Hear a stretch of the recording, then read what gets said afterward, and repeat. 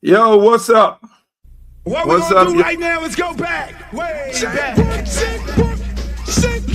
your friend.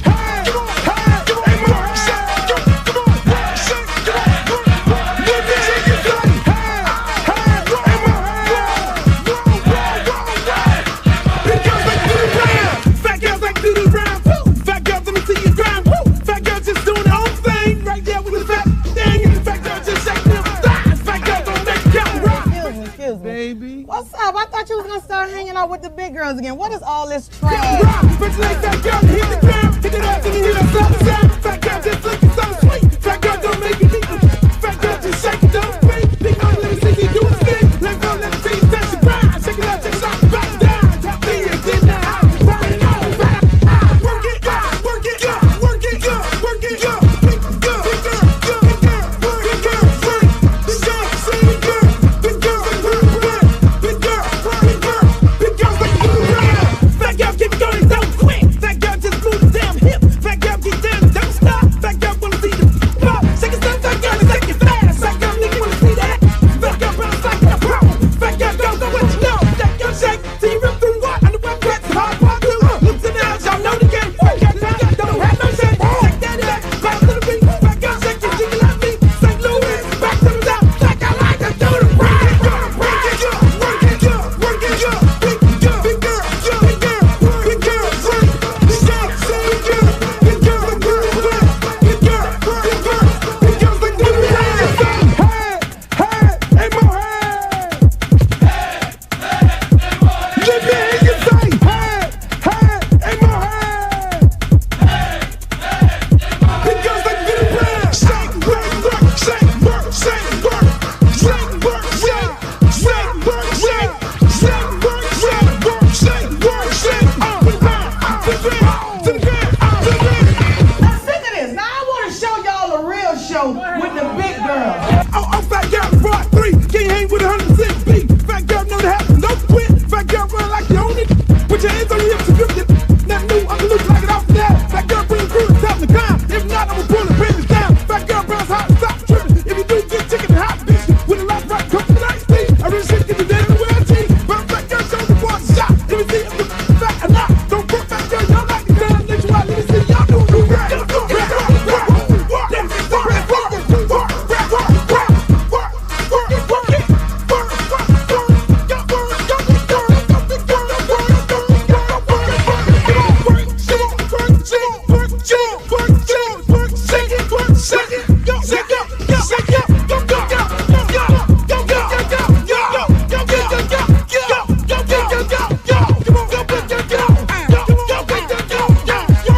I'm sick of it. Where you are, not ever.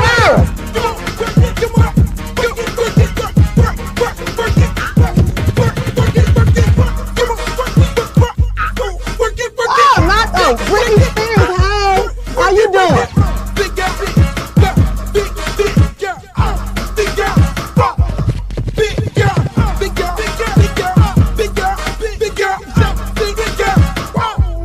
Oh, but ain't the little leprechaun. Girl, your knees are so up. You look a mess. All about the big girls. What about the big girls? Big girl, work it, work it, work. Big girl, work it, work it, work. Big girl, you done suck all the fat off your ass.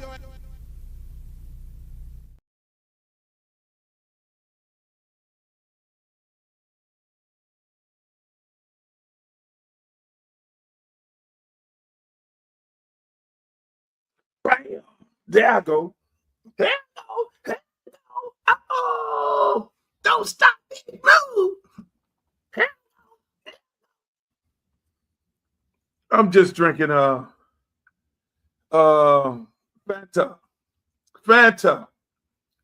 I got no business drinking this. It's got Xbox on it. Call of Duty. How many of y'all look at Call of Duty? I didn't even brush my hair. It's a lot of things going on.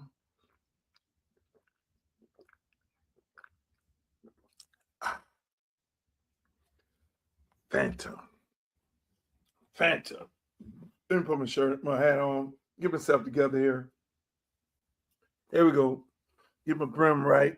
Should I wear like the Cuban look, where it has this and then it has that?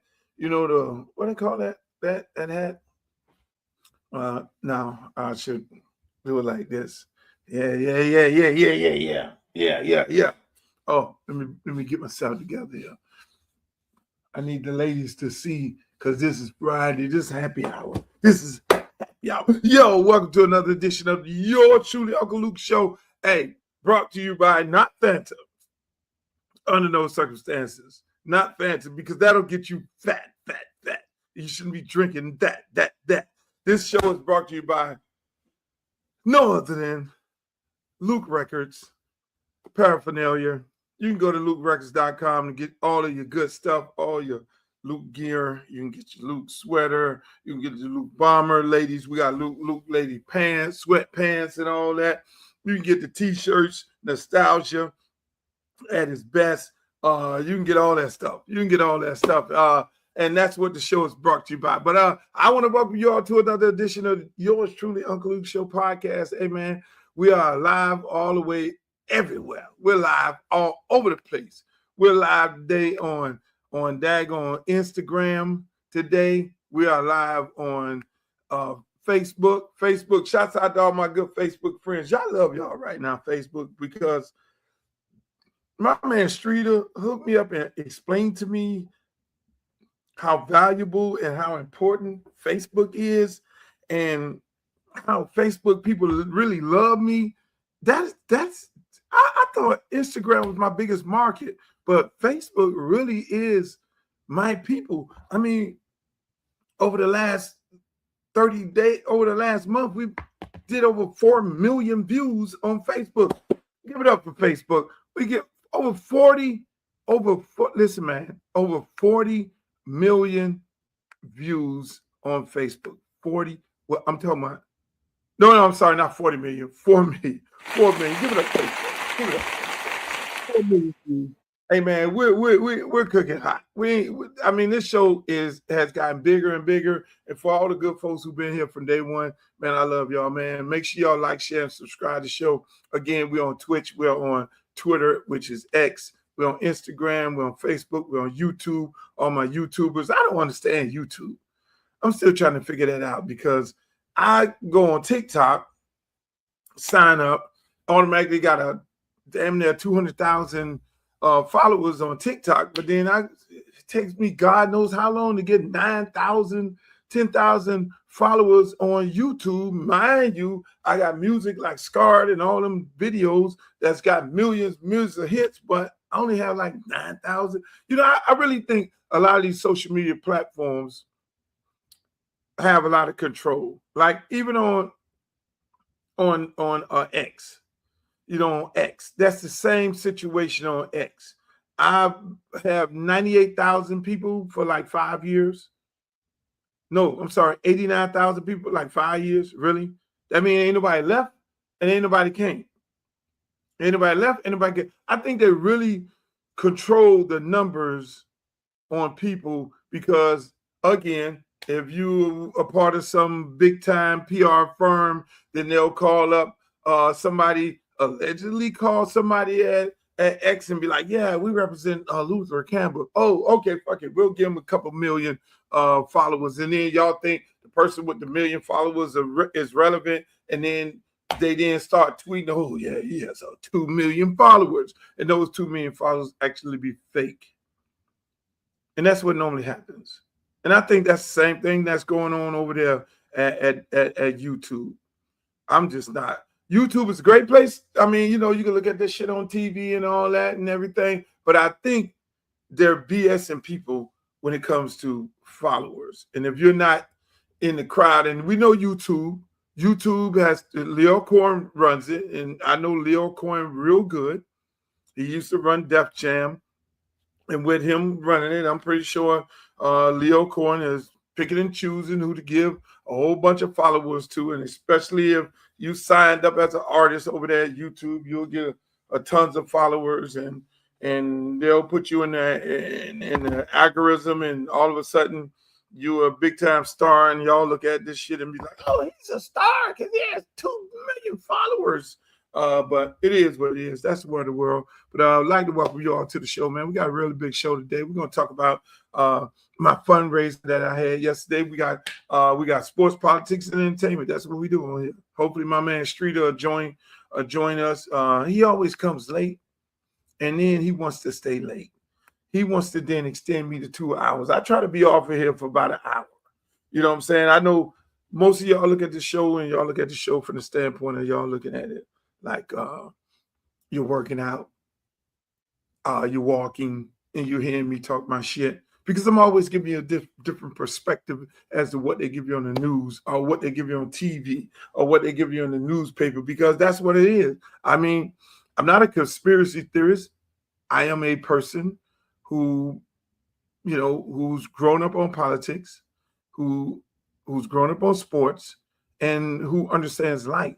You know what I'm saying? When you know your history as a black man, and you know how this country operates, and you know how the world works, and you know now, you know, and you understand the political process of it all, and politics plays a role in everything. Politics is in sports, politics is in regular life, and so I can sit there and articulate it in a totally different way to try to give you all a perspective as to what's going to happen tomorrow versus talking about what's happening today. I will tell you what's happening today, but then I'll explain to you what's going to happen in the future. You know, I'm not no Cleo, don't profess to be that, but unfortunately in this world, things work in circles. Like right now, bell bottoms. All of a sudden, bell bottoms are back. Bell bottoms was in the 70s, but bell bottoms are back.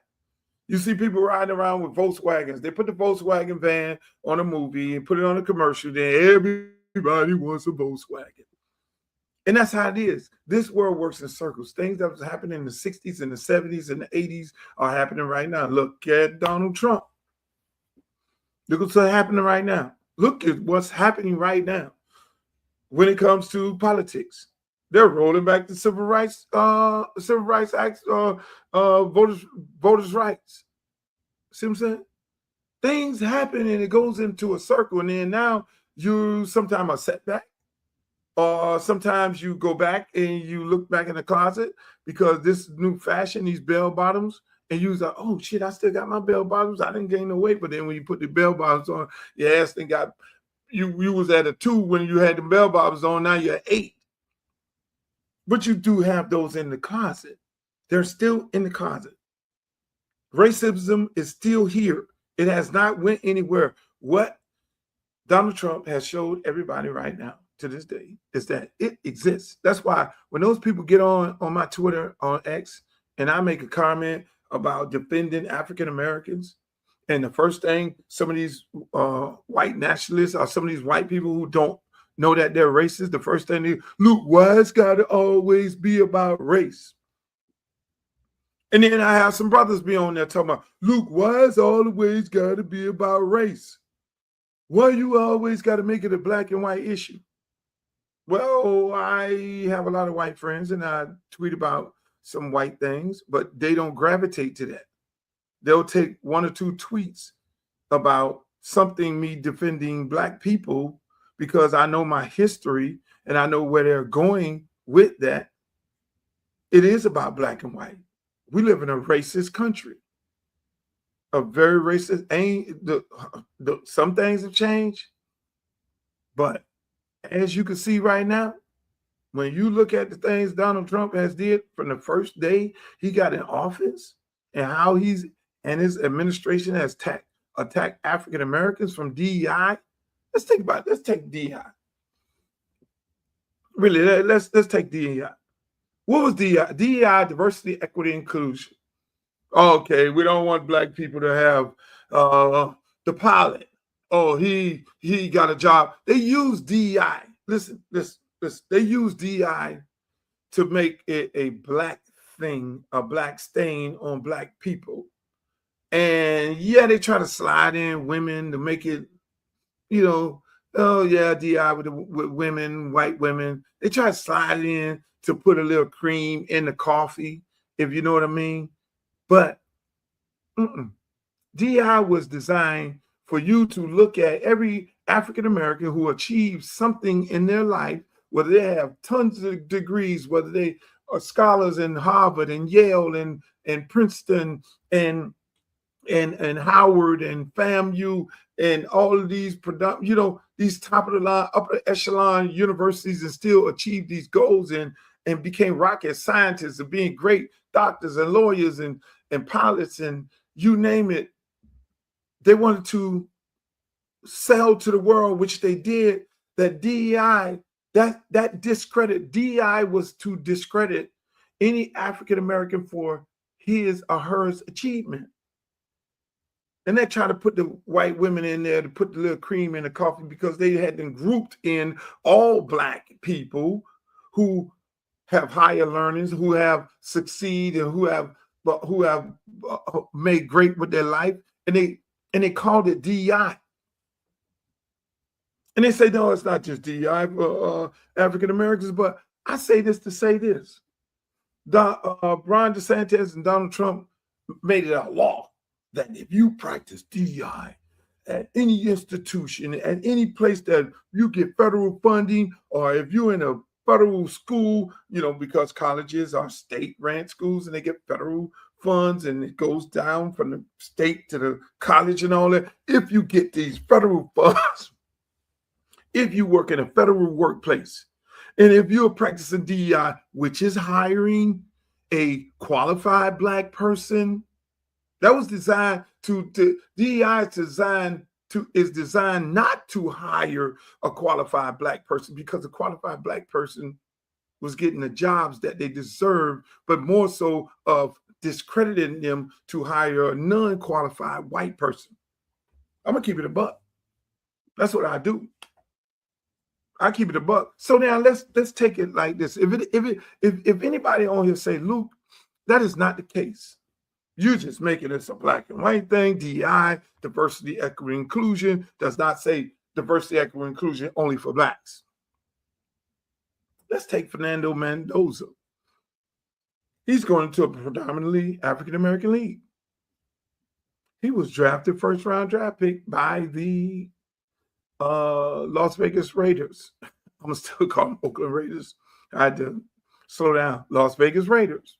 You had another guy, Ty Simpson, got drafted by one of these teams in the first round. These are white people in a predominantly Black employed sport, because we're talking about employees. Now, are they qualified?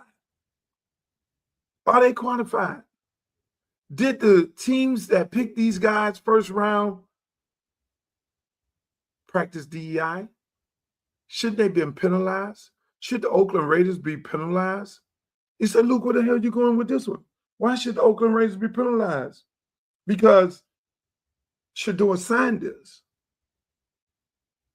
we can make a case that Shedeur Sanders came into the NFL and he was overly qualified.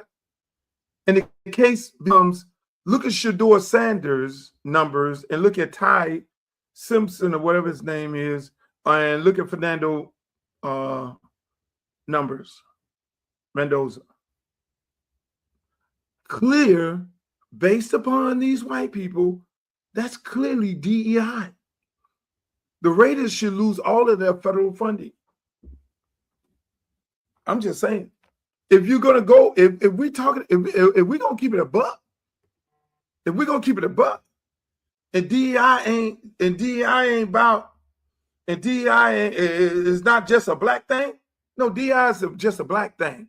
Because other than that, we will be having a conversation right now about Fernando Mendoza. And we would do the comparison. Shedeur Sanders, African-American. This is a predominantly African-American league, this is a predominantly African-American workplace. So now here comes a white guy that comes in, and according to them, oh, you just got a job because you're white. You just got paid. You just got hired because you're white. You and Ty Simpson. So why we can't say that? You don't hear Donald Trump them saying that. You don't hear J.D. Vance them saying that. Well, goddamn. this is an African American workplace, and y'all just practice DEI because y'all did this. You look at Shador Sanders' numbers last year, and then you look at these numbers right here this year, and then y'all know, hell no, they just got they got promoted and they got voted. They got the job in the first round because I'm still keeping a job because we're talking about DEI when it comes to in the workplace because they want to clearly tell you that, oh, these Black people are not qualified. They're only getting a job because of DEI. They're only getting a pilot job because of DEI. They're only getting a job over here because of DEI. They ran around the country with Charlie Kirk. I wish they wouldn't have unalived him, so I could have really went and had a little debate with him because I was like, oh, bring your hot ass to Miami. And I would be right up there in the front row and be like, okay, let's talk about this DEI shit. That's why I would love to have a conversation with J.D. Vance. Because them doors swing both ways. But what you don't hear when it comes to DEI, you don't hear the argument of white people going into a Black workplace and they're only getting a job because they're white. And that's DEI. And they're not qualified. And that's DEI because the numbers don't lie. So again, people, we can sit here and play these old tricked up games. Do I want Ty Simpson to succeed? Do I want Fernando Mendoza to see? Hell yeah, I want him to succeed, even though when I looked at his draft party, they had him at the pool and they had the people in the house. I ain't seen no Black people. I was like, where the Black people at? But unfortunately, when we looked at, here we go, Luke, again. When we looked at all the Black guys getting drafted, well, 99.1% of them, they were getting drafted. You looked at them, they had all the Black people in there, and they had the one little white guy sitting in there. He was the agent. He was the motherfucker who was getting all the money. And I tell all you Black athletes, don't do that. Take a page out of their book. Do what they do. There's some real qualified Black agents, African-American agents. Find you an African-American agent. Don't get them the money because they don't give a rat's ass about you. I don't know one agent that cares about a Black player. Name me one. Their job is designed to keep you broke. Because the mama the real estate agent, the brother is the lawyer, the cousin is the shoe man, the sister works at the car dealership. Every aspect of the business, they are taking money. Yeah, they take 3%, but they're taking money from everything that you spend. A percentage here. Oh yeah, the financial advisor who has power of attorney of your money. It'd be a love. I sit there and look at the NFL draft, and I look at it from a totally different set of lens. How many of these dudes got Black agents? Because if they got a white agent, the white agent is putting them with the white realtor, the white financial advisor, the white you name it, the white banker. They ain't putting nowhere. So I'm just saying, we bring that on ourselves a lot of times. We ain't supporting each other. Like I could tell you, hey, look, my ex-wife is a hell of an agent. I don't know what she's doing right as far as her business. If she's still in it, I don't get into it. But the lady reset the market when she had Devontae Freeman and Duke Johnson. She made Duke Johnson the 5th highest paid player in the NFL. The market for running backs had not been reset for 3 years until that lady reset it with Devontae Freeman representing him. Okay? That lady should have people knocking on her doors. I don't know. Maybe they are because, we share a son and I don't get into our business and none of that there. But that lady should have people banging down her doors to be represented by them. But unfortunately, we're so brain dead. And then there's other successful Black agents. There's a lot of Black female agents out there. They all should be having their doors banged down. But unfortunately, we're still playing ourselves. And when we play ourselves in that realm, it becomes another story. I didn't want to go off into that area there, but I thought it met this conversation here with us. Hey, look, I had a beautiful event yesterday. I had a beautiful fundraiser. I mean, it was great. DJ Khaled. I mean, hey man, I love you, my brother. DJ Khaled came through and he hosted the fundraiser. We got a lot of influential people in the room. A lot of, we kept it private. I know a lot of people wanted to know where it was going to be at and all this here. We kept it private. It's a fundraiser. It wasn't built to be some kind of party at Club Live. Mike Gardner, Stan the Man, shouts out to them. I mean, Stephen Hunter, lawyer, and Marwan Porter, another lawyer. Some great elected officials came through. Chairwoman Christina King came through. Board member, school board member Dorothy Benjos Mendigal came through. Reggie, who's on the council at Miami Gardens, came through. I mean, it was so many. Dwight Jackson. It was so many people that came through.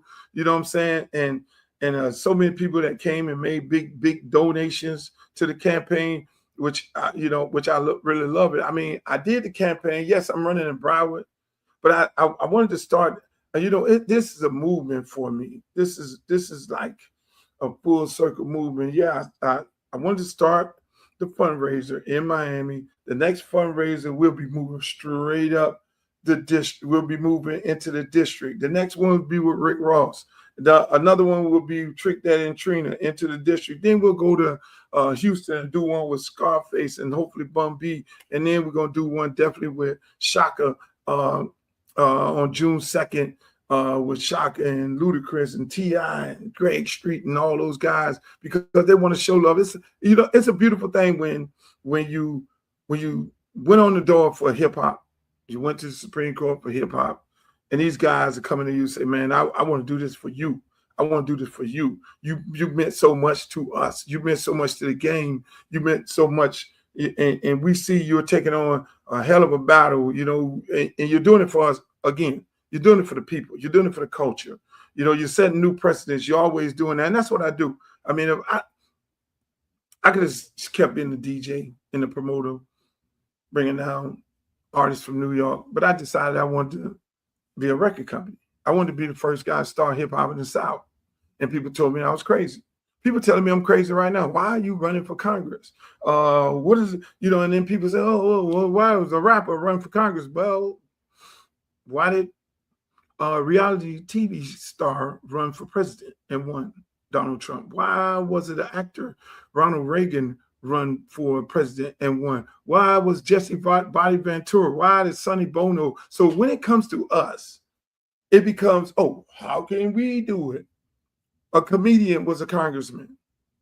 I mean, a bartender. One of your top Congress women right now was a damn bartender.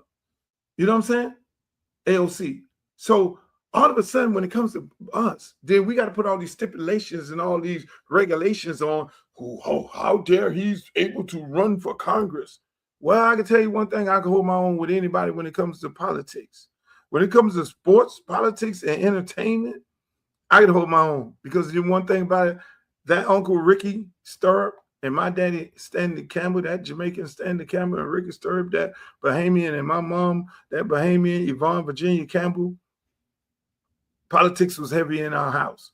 But most important, we didn't depend on the educational system to teach me and my 4 other brothers who are who's and summa cum laudes and damn near astronauts and millionaires.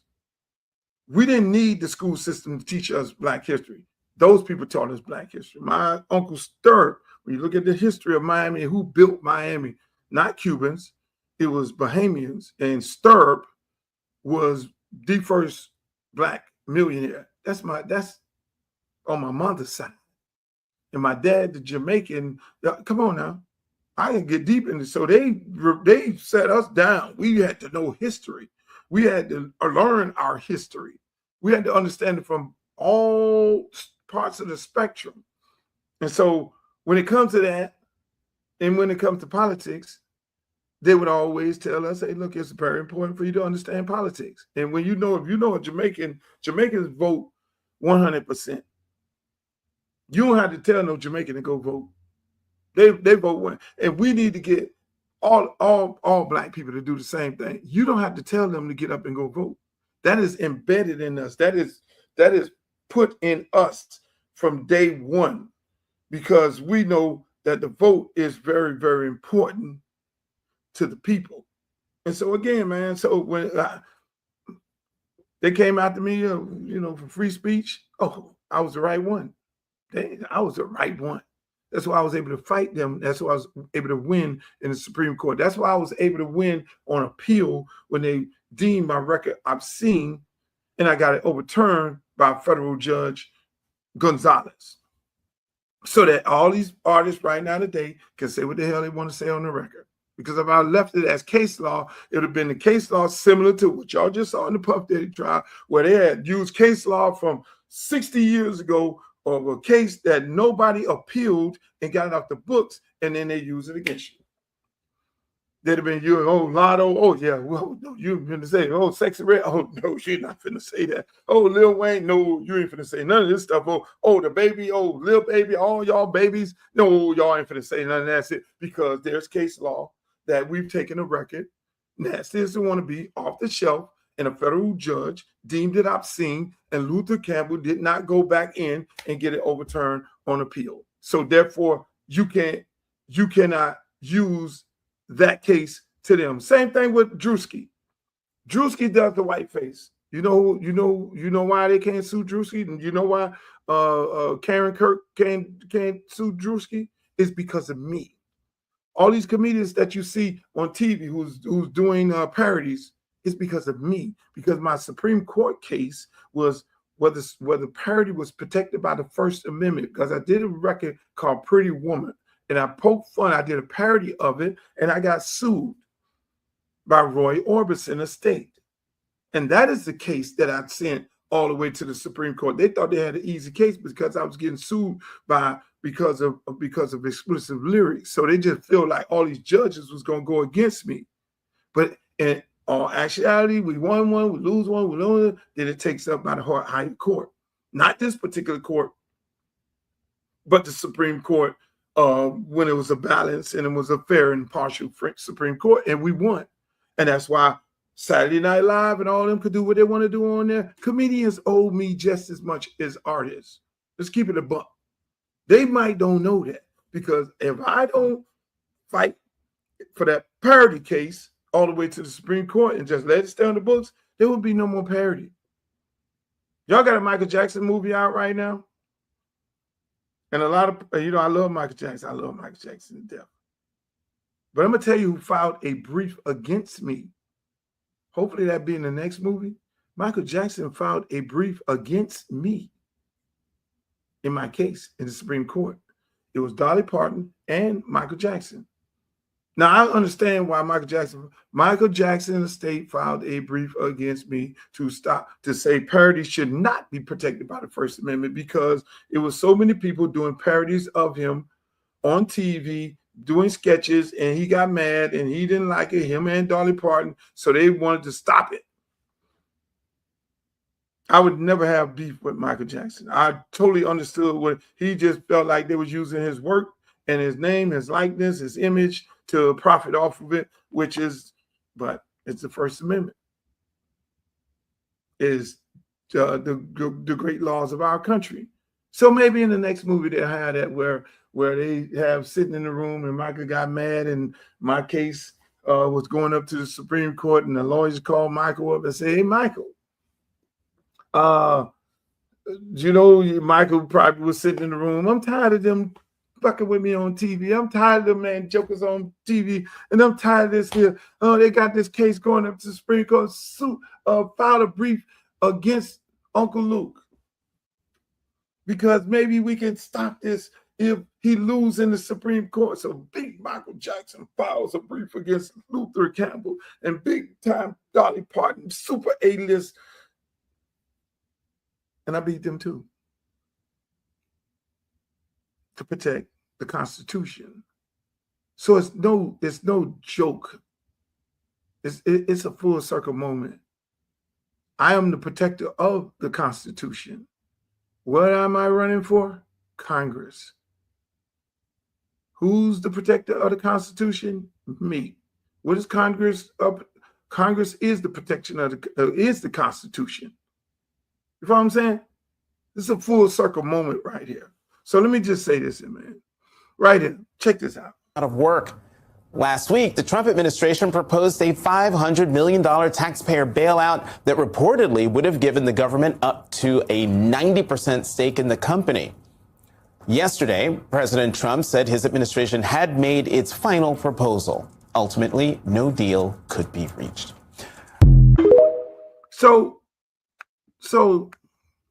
let me break this down to you, because when Spirit Airlines went out of business and it was the last flight, I came on, I did a tweet, I did a airline. I said black people should buy Spirit Airlines because we don't own shit. Because I say that all the time on this show. We don't own nothing. We don't own no football team. We don't own no airlines. We don't own no bus company. We don't own no Amazon. We don't own no UPS. We don't own a motherfucking thing. We just spending with these trillions of dollars. We just spending money with everybody. And why not purchase the economy airlines? Hell, all the strippers is flying on there. I know it's gonna be bad for business this weekend in Atlanta and Miami. So I said, let's buy the airline. It went viral. All kind of people started texting, tweeting, texting. Oh yeah, I had a guy call me today. Yeah, man, I got $500,000. Let's do that shit. And I could put up $1 million. And I say, yeah, brother, you know what? If you get 100 brothers with $1 million, and there's 100 brothers got $1 million, and they say, hey, Spirit Airline, we want to cut a deal with you all. We got $100 million. We're gonna buy this motherfucker. But let me tell you this here. Let me give you the business part of this. Now I'm going to blow your mind because nobody's talking about this. Nobody never talks about what we talk about right here on this show. Nobody never talks about this. Here's the business part of it. That's why it is a businessman, Luther Campbell, running for Congress to represent Congressional District 20. I ain't no fucking joke. I'm going to tell you, I'm going to keep it a buck. I will pat myself. I will go toe to toe with any businessman. I don't give a shit who you are, because I made more millionaires than law allowed. The business part of this. Here's the business part of this. Here's the Spirit Airline business part of this. As you notice, Spirit Airline did not go bankruptcy. They did not ask for Chapter 11 R7 protection from the federal bankruptcy court. When you go out of business and you're broke as a company, you go and either Chapter 7, which you liquidate everything and sell the planes off here and sell the planes off there and pay your creditors. They didn't do that. Or you go Chapter 11, something I did. I went Chapter 11. Chapter 11 is reorganizing. Here's the irony between, here's how bankruptcy works, which I had to learn myself. And you know who I learned it from? The Orange Man.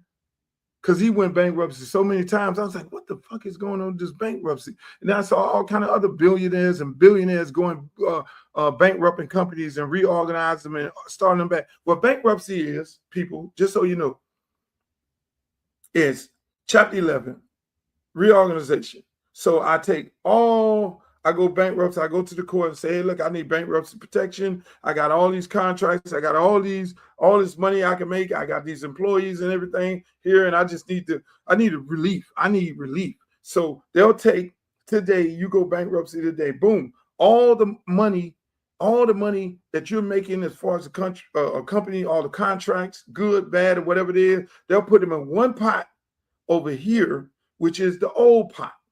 Then tomorrow, when you open your doors tomorrow, you're free and clear of all debts. You're free and clear of everything. All the new money coming in, they can be Spirit Airline tomorrow, and all the new money coming in, they can cut all the deals. They won't owe nobody. What'll happen to those individuals? Now, what you'll do is you'll have a bad credit for 7 years when you do that. And that's the only bad part. But who gives a shit about that now? Credit is not a situation. So what happens is you'll have all the debt sitting in here. Whatever money you got in the bank, whatever debt you have right here, then becomes a cram down. And then what ends up happening is everybody on this side here gets 10 cents on the dollar. So your creditors don't want you to go bankrupt. And I'm going somewhere and I want y'all to follow me. Your creditors do not want you to go bankrupt because they know they're only going to get 10 cents on the dollar. So right now, I guarantee you, Spirit Airlines is talking to its creditors. And its creditors are telling Spirit Airlines, don't go bankrupt, because we know we're going to get 10 cents on the dollar. So they're right now negotiating with their creditors so that they can get 50% on the dollar. They can get 50% on the dollar.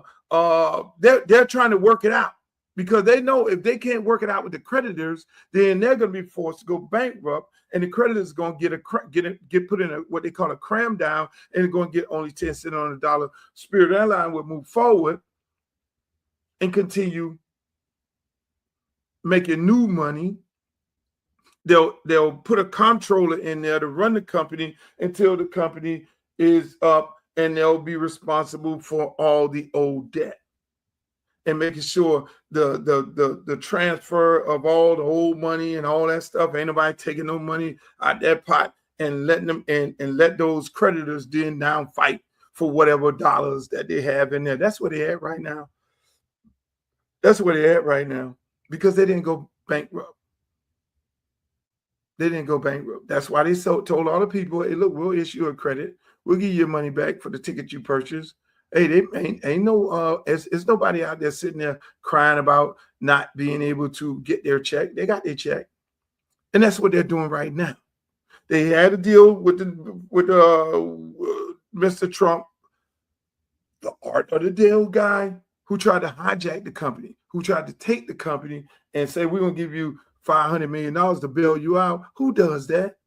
They had to bail out the airline industry in COVID. Obama bailed out the auto industry. Did the government take over the auto industry? No, they bailed them out, gave them a big ass loan, and they say pay the loan back because the auto industry was hurting. And so being that we're in this crisis of this unjust war, and you have an economy airline who sells cheap tickets to people who pays the same amount of fuel of these other airlines who sell high-priced tickets, they deserve a bailout from the government, but not the government to do a hostile takeover. No, that is all wrong by this administration here. And so, again, on the business side of it, Spirit ain't went bankrupt. And until they go bankrupt, it becomes either 7 or 11. If it's 7, then they they liquidate the assets, the planes, they sell them over here, and then that goes into the pot of paying off the creditors. If they go 11, then they ask them for reorganization, and they ask the court. 9 times out of 10, the court grants you reorganization because you got new money coming in. You already got money and tickets and all that. That's why Spirit is telling all the people who purchase tickets, hey, get your money, ask for your money back. Because they're going to start free and clear if they decide to go 11. And that's how this business works, people. So don't do too much crime for Spirit right now. That's why I say to all the brothers out there, let's go put a proposal in for Spirit.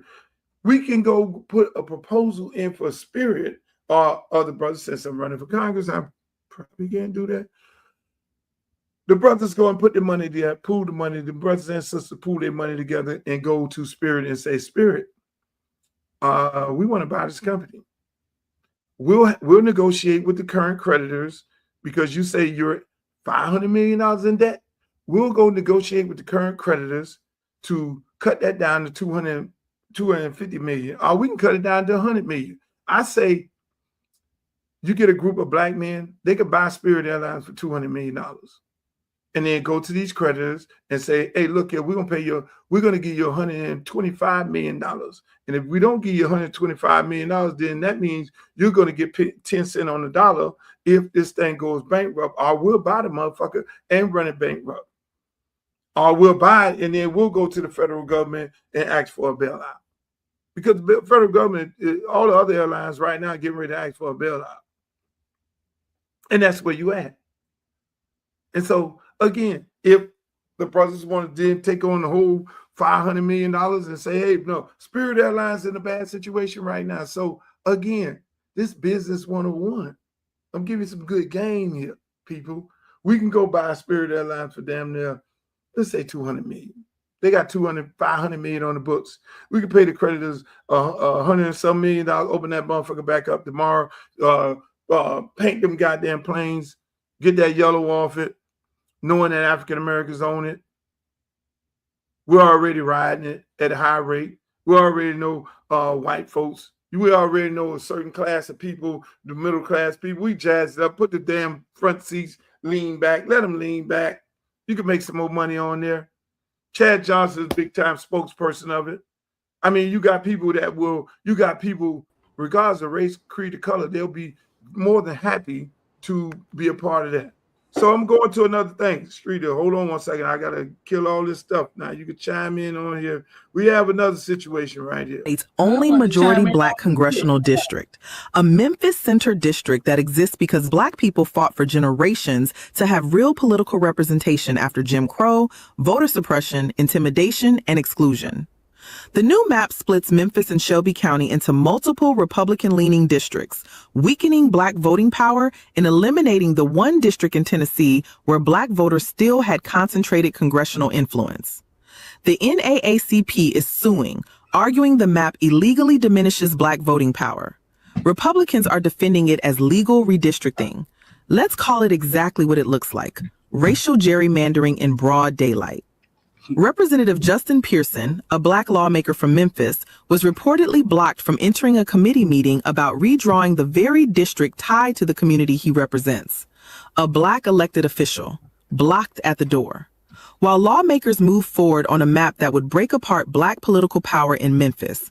That image says everything, because this is not just about lines on a map.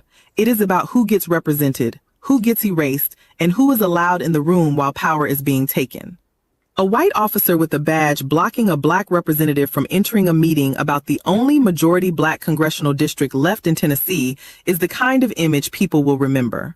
This district is not random. It is connected to the long fight after Jim Crow, after poll taxes, after literacy tests, after Black voters were systematically kept from power.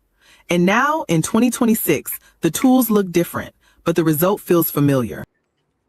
You see, welcome to the show, my man Streeter. I'm cleaning up all this politics. You know, I know you don't like to talk too much politics, but that's what's going on here, people.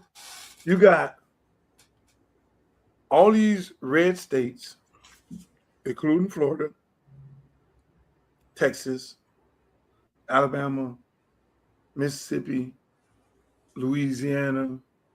I mean, all these southern, it's almost, we're almost going back to the Civil War times. No. We're almost going, because, you know, everybody on the West Coast are more liberal. West Coast, they were not as enslaved. You had the South, and all these enslaved in the mind, they're just bringing this back. They said for too long, African Americans have been determining who are our elected officials. They've been a driving force. See, what people don't realize, they say is we represent 13% of the electorate. We represent the difference between Democrat and Republican. We originally got our rights from the Republicans, and then the Democrats start voting more, leaning toward Black issues, and the white nationalists moved over to the Republican Party, and the Blacks then moved over into the Democratic Party. And so you had this whole thing of okay, now the Voters' Right Act took place in 1965. I'm 5 fucking years old. That wasn't long ago. They signed this Civil Rights Voters Act bill, overturned in 2026. All these red Confederate states are rolling it back. It's not by choice, it's by design. Their thing is, for too long, Black people have been determining who are our elected officials. Black people have been the driving force as to whether or not we're elected. And Donald Trump had to go and do a whole smear campaign using Black people to smear Kamala Harris, to not voting, because a no vote was a vote for him. And to then try and get, when he did the numbers, he said, I just need a little bit of Black people. I need 8% of Black people or 10% to just come on over here, which he got. Then I could then win because it's so close. But the driving force is Black people. So now once I get in office, I use these Black people to don't go vote, and I use these Black people who do vote for me, and I let them cake as if they did something. They put a red tie on and run around like a fucking bozo clown. Then at that point, I can then roll back everything, so I won't be put in a position whether we as white nationalists have to depend on Black votes. So what do? Gerrymander the entire map. I gerrymander the map where I could take their representation away from them, like what you see in Memphis. So you don't hear people talking about it from this perspective on TV, because the TV networks are controlled by Donald Trump now. All of them. CBS was taken over by one of his homeboys. ABC is almost there. It's just Disney. That'll probably be the last frontier.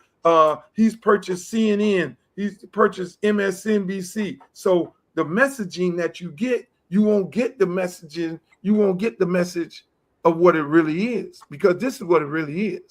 We're tired of Black folks being the determining factor as to what white people are elected from the Democratic side, and what white people were elected from the Republican side. So if I gerrymander the map and take them out of that power, then what? Then it becomes a divide and conquer. So then now you got a mad rush in the Democratic Party, where what they did in the state of Florida, they gerrymandered the map. They put Jared Moskowitz and Debbie Wasserman Schultz in a district together. They took Belgrade and Pahokee out and put them over there with a mega person. And then what did they do then? They then took and left Frederica Wilson, left Congressional District 20, which is I'm running in Broward County.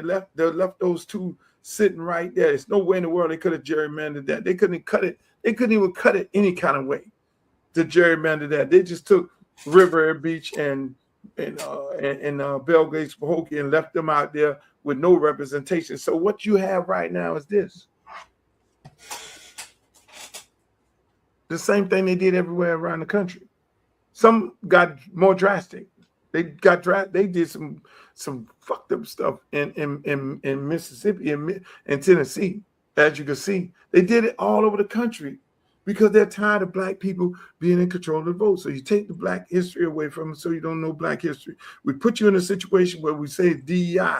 Then we're trying to take your jobs and disenfranchise you from that standpoint, casting a shame on you because of your credibility and your expertise. And we ain't got to give you I had that conversation earlier. I want to go back into it, but again, that's what we had as a country, people.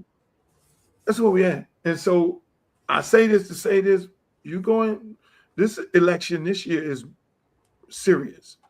You don't get your ass out there and vote, you're gonna find yourself in a bad situation. What just happened in the Supreme Court today? In this video. No. Could you try again?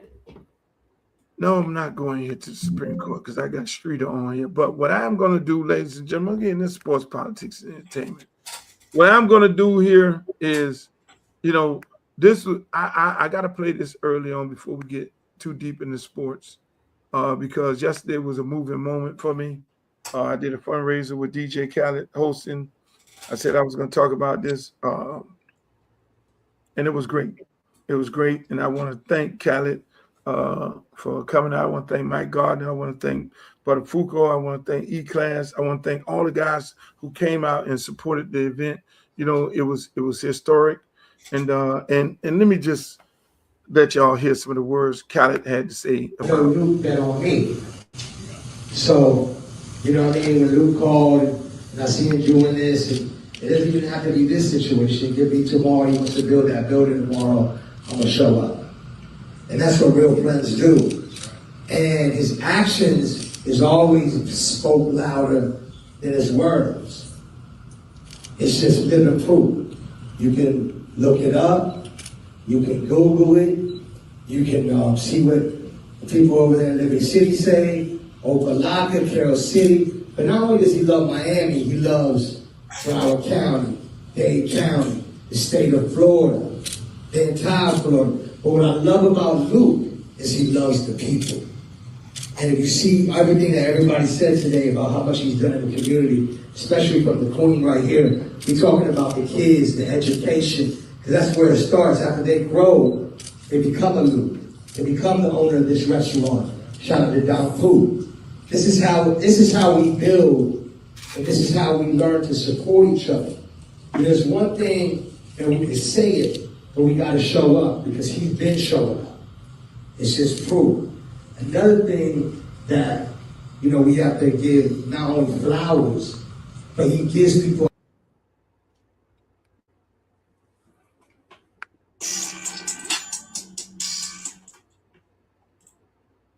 Well, I guess this thing cut off here, but I mean, those words were kind. If you'd heard the rest of it, he got into the pit bull and he got into all that. I mean, and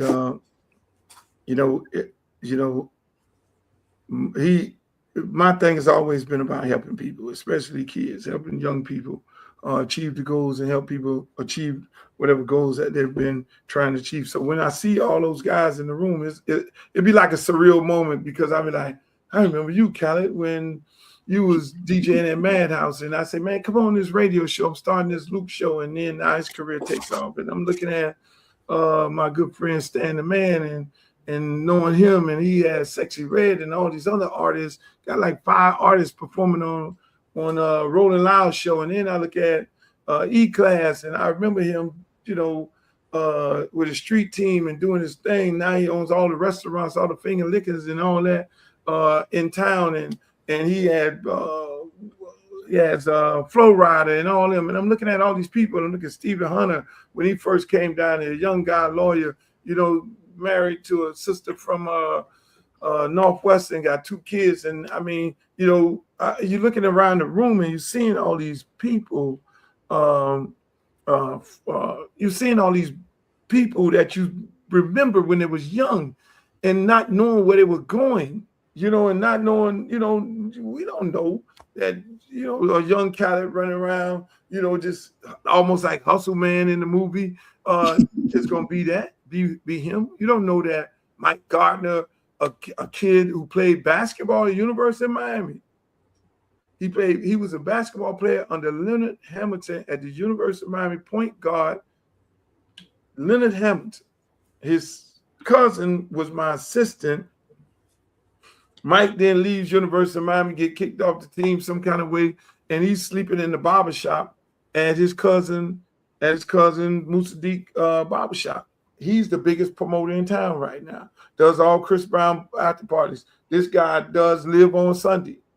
You know, so you see these people in the room, and you see where they came from. And board member, she was a state rep, and Christina King before she started running, and Reggie,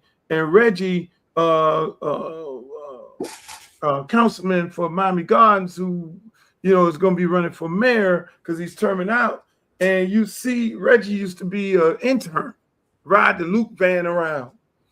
You know, and he's a big-time politician, a big-time councilman that does the big old party, the karaoke in the gardens and all that. He's the guy that thought of all these things. So you see them things, you see this room of people, and it's like, okay, what's next? Who's next? the next generation. We got to build up the next generation. So when I go and take this plunge of trying to represent Congressional District 20, I look at all these young people the same way I looked at them.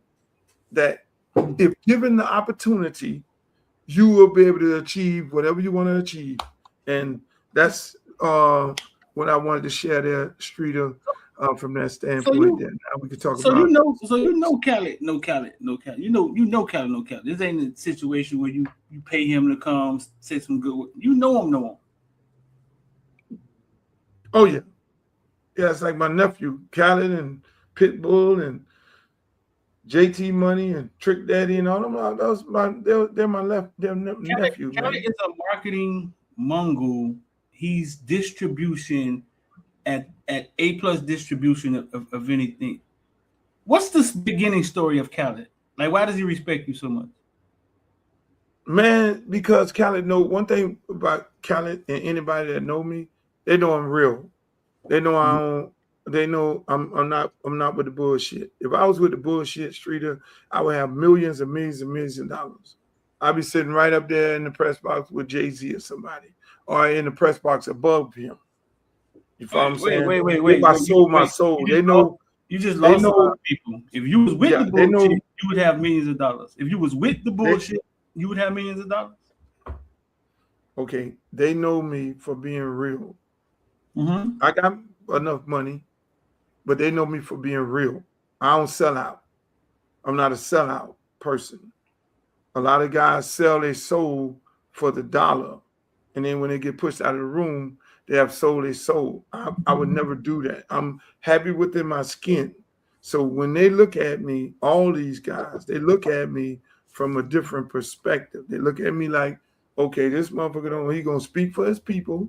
He's grounded with people in the community. I don't need to be at Sexy Fish, and I don't need to be at Carbones, and I don't need to be at all these wild ass places where everybody get. I don't need to be. I had yachts, I had jets before anybody had those things. That don't do nothing for me. But when I had them, I used them as tools to make more money. You know what I'm saying? So they don't look at they look at me like, yo, when you see Luke, you know Luke is for the people. You know, and that's why they respect me so much. And when they see me, they know that I was there at the beginning and I gave them a shot. That's why when you look at that piece, he said, Luke bet on me.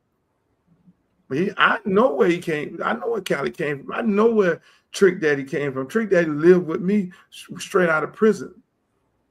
I took him in my house because his daddy Pop told me so. I know these guys. Big Teach, who was at the event. Teach came down from New York. He had just got out of a situation in New York, moved here, started working with one guy. He ended up working with us. The man owned all the House of Mac restaurants. Jeff Sanchez working for the NBA Entertainment. These guys know when you work Pitbull on the streets hustling hard. So these are guys who I put my arm around and say, you got a gift, bro. And that's why they respect me. And they know I'm never going to disrespect myself for the dollar. They know I'm really about these people. And so when I call them and for anything, they know I'm calling them about some real shit. I ain't calling them about no. If I call on them, they coming. This man, let me say this, Khaled don't even deal with politics. Period. He don't have nothing to do with it. He don't want nothing to do with it. He ain't got he's there to support me. You know what I'm saying? And that's how all of them are. You know, we never talk politics. None of these guys. He's there to support whatever I want to do. That's why I say, hey man, Luke called me and said, man, let's buy this building over here. I'm here. How much I need to put in? You know, and that's real friendship. And people need to learn. People need to learn from that. And like all them other brothers that was in that room there, same way. We always get caught up thinking that brothers ain't supporting brothers.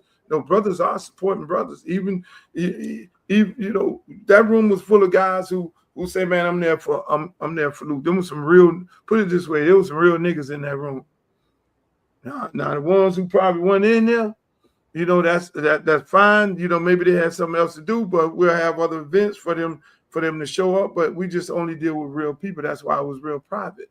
And we're gonna have another one on the 21st with Rick Ross And that's going to be another private one. We're going to have another one on June 2nd for the guys in Atlanta because they want to show love too. You know, you hear their conversations like, no, we got to do this. You paid the way for all of us. You know, their conversation is totally different. Same thing with Scarface and Bum B and all them out in Houston. These dudes believe in what we're trying to do. And look, man, and it's time to get off the goddamn social media and get in the game. I mean, look, you got a lot of guys, a lot of celebrities, they own this thing here, including me, and they talking politics, and it all sounds good. It goes viral. But how about at some point you got to get your ass off of here, and you got to get in the game. Get in the field. And them people in Belgrade, Bogi, they called me today. They upset because they really wanted me to represent them. They wanted that for more reasons than one, and we got to try to, you know. So I mean, look, man, this shit is real. It's real, Streeter. So now you represent who? It affected you how? They took away Belgrade, Pahokee. They took away South Bay. They took away Riviera Beach. They took those cities away, and so that's sad because these are African American cities. Now would be represented by somebody that don't look like them, don't care nothing about them, and the resources that they desperately need won't get to them at all. It's going to be bad for them, and hopefully, whatever lawsuits they have filed, they can get some of this shit overturned, if not all of it. But they're going to be in a bad situation. So I got one for you, Streeter Hill. You at your main man. Show up here.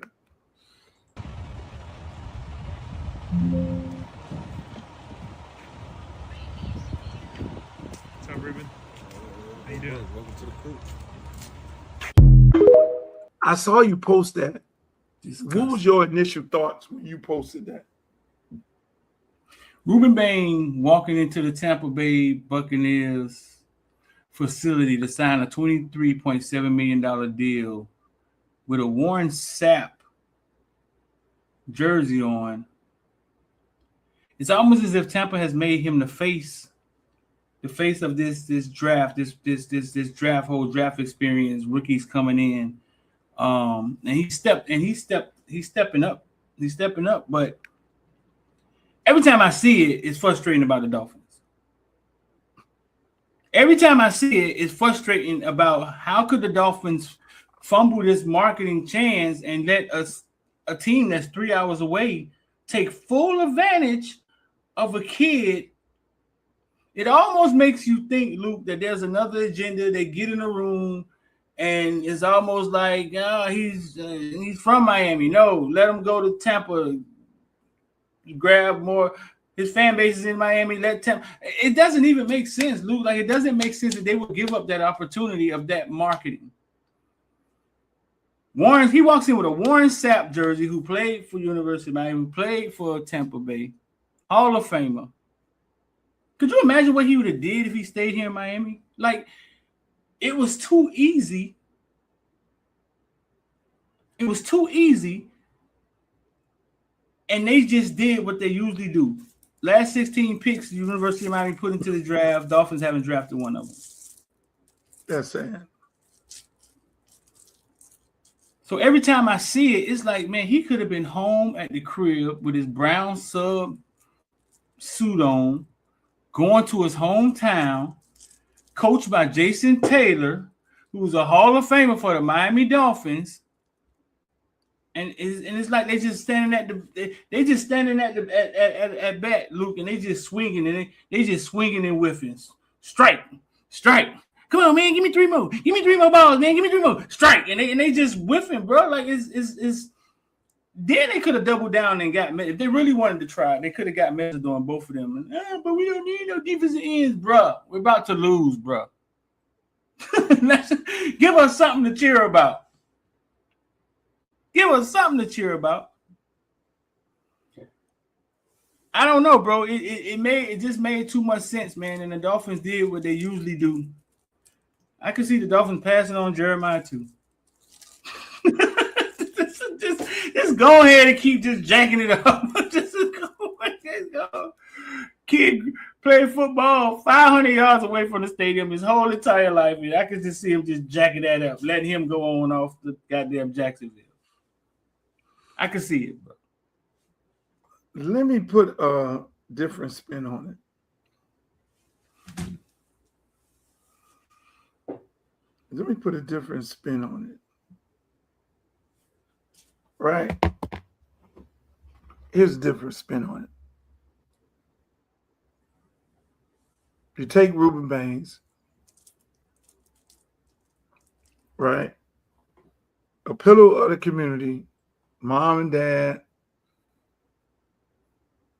ain't no trouble kid, dad, hardworking guy, owns a t-shirt company, on the sells the fireworks for the firework holidays, 4th of July, all the holidays. Gives out for the community, brothers, uncles, the donut truck, the Bains. Just a beautiful family, right? Who's always been involved in sports, not one of those thugged out families.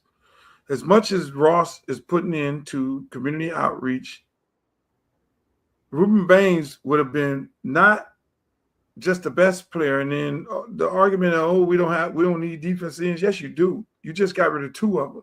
You traded one to Philadelphia, and then you traded your other DN when you start dumping all these players. So you don't have any DNs.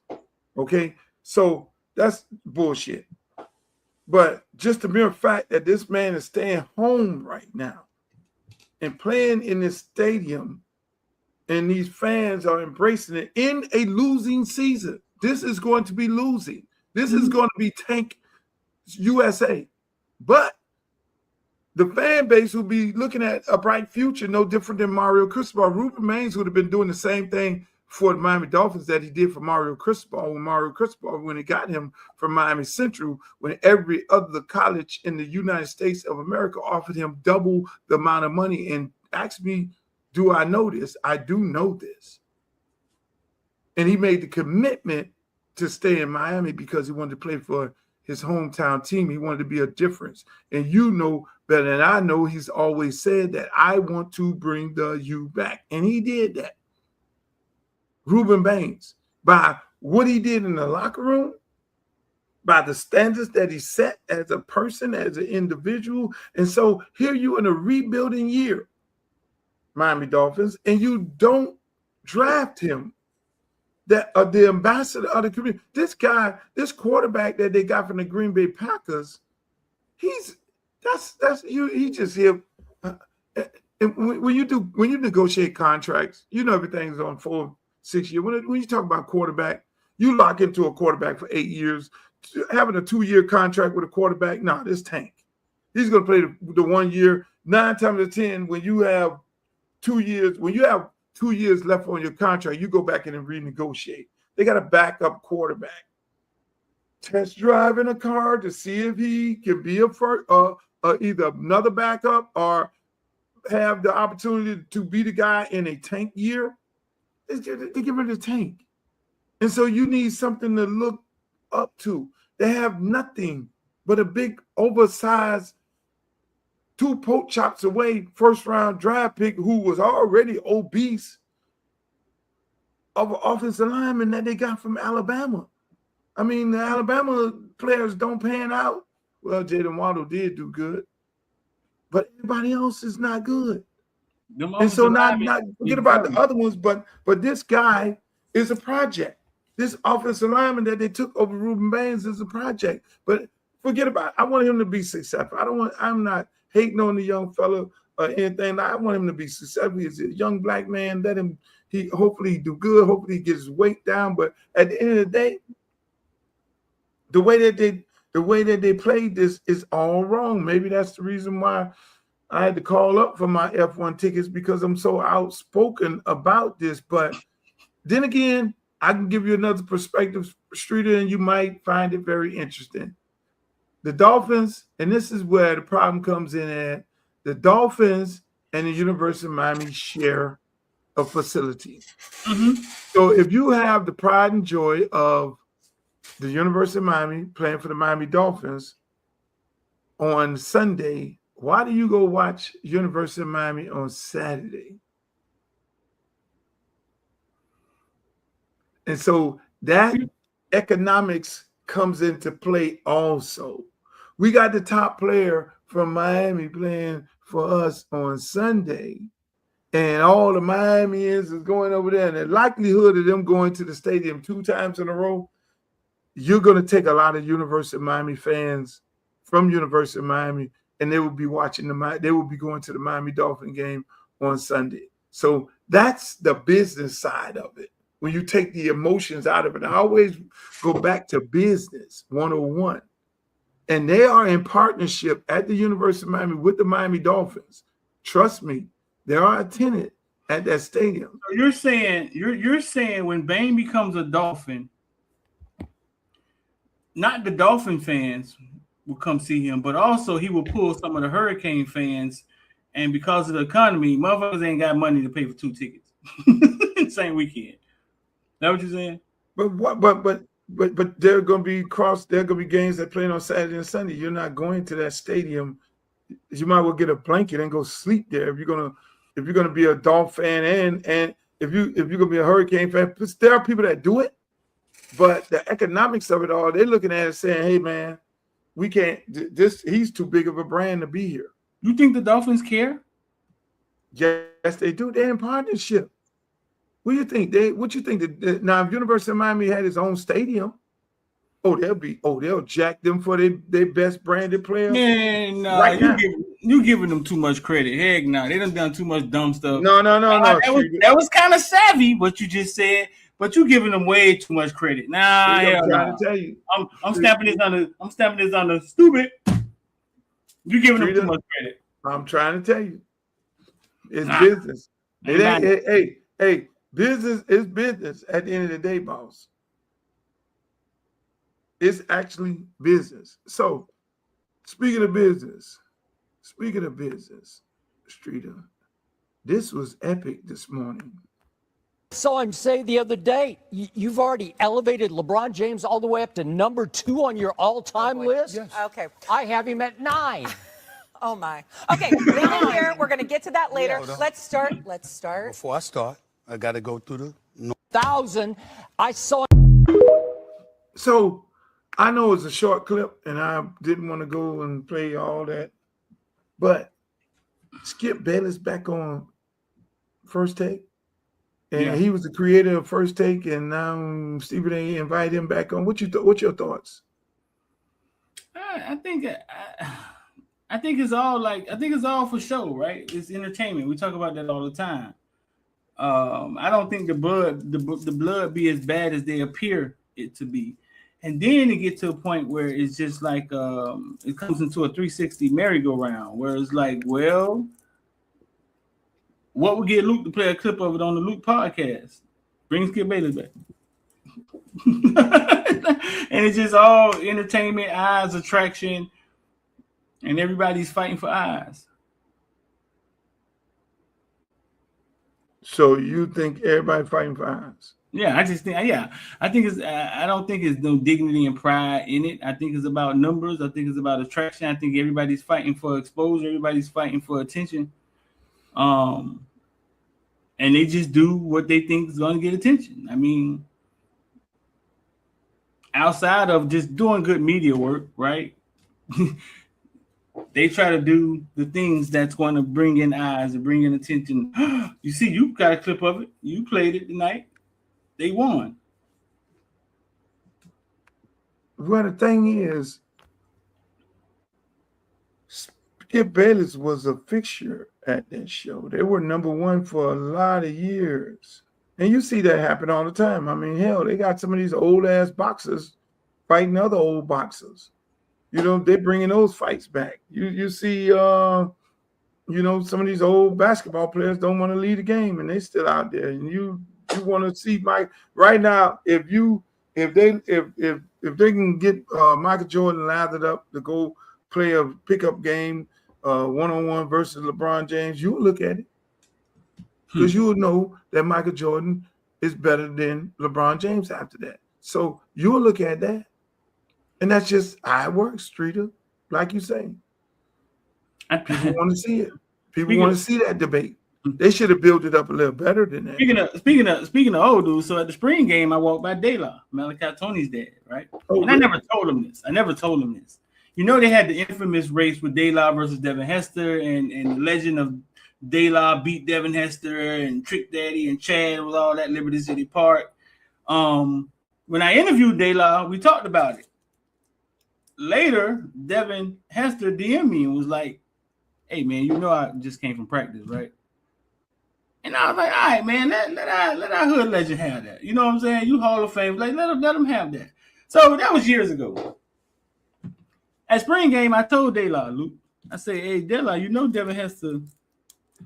Devin Hester told me that when you beat him in that race, he had just came from practice." Luke, you know what he said? Straight face. What he saying? He'll beat me? Set it up. And you know what I'm saying to myself, when people pay to see that race again, like you like what he said. You know how De La is, it's straight face. So what he saying? He'll beat me? Set it up. And you pay to see De La and Devin Hester race again? That's deuce. Will you pay for it? Yeah, I think it's such a legend. I think it's such a I pay for it. Yeah, I pay for it. I will pay for it. I will pay. I will go and buy me a ticket on the front row, the most expensive ticket that they would have, and I'll definitely go see it. I would definitely go see it. See them Dolphins getting mad with you. You see what he just put on there? Yeah, I see that. But he went back to the whole history of the Dolphins, bro. I said the last 16 picks the University of Miami put into the league, the Dolphins didn't take one of them. This man just went back 30 years. Hold on, but how could they take Cam Ward? Who? They couldn't take Cam Ward. So that's 1 year gone. They could have took Rueben Bain. And for the last 16 years, Miami ain't had nobody won it. They could have put Rueben Bain, Mesidor. They took Keontae Scott. Tampa Bay was smart enough to get both. No. You talking about this year? You said 16 years. No. 16 years players. that the Dolphins 16, did. The Dolphins. Now I'm getting ready to defend the Dolphins with this brother here. Do what you got to do. 16 players. The last 16 players that Miami put into the league. Now one of them came with Dolphins. This year. Huh? You got to remember they did take Phillips. The man put it on here. The man put it on history. You can't be trashing the Dolphins like that. What year was that? He took Phillips. That was Manny Diaz. We're talking about 6 years ago. So you narrowing this down to Mario players? No. The last 16 picks. The last 16 guys. Okay, who was the last 16? Miami put into the last 16 guys that Miami put in the NFL. Dolphins didn't take none of them. How many of those 16 were first round draft picks? They haven't had any first rounders. First rounders just started happening now. Okay, so why they want to? They just came back. Of those 16 players that they did not take, how many of them are panning out in the league?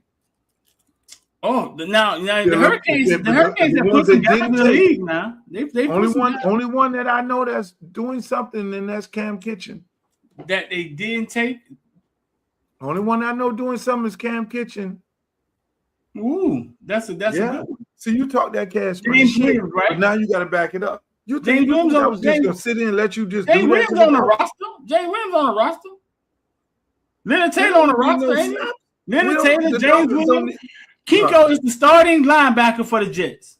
Now, the man, don't get me revved up. Don't get me goddamn going here now. Don't let me call Joe Rose on your mother ass. Don't get me going. Kiko is the starting linebacker for the Jets. Well, Mike Jackson didn't get drafted, but Mike Jackson been in the league for a long time. Mike Jackson? Who's Mike Jackson?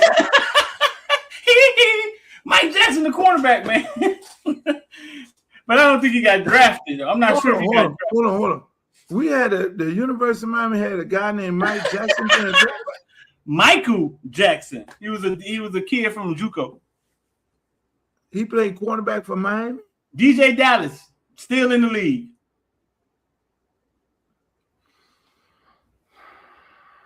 Deion Bush still in the league.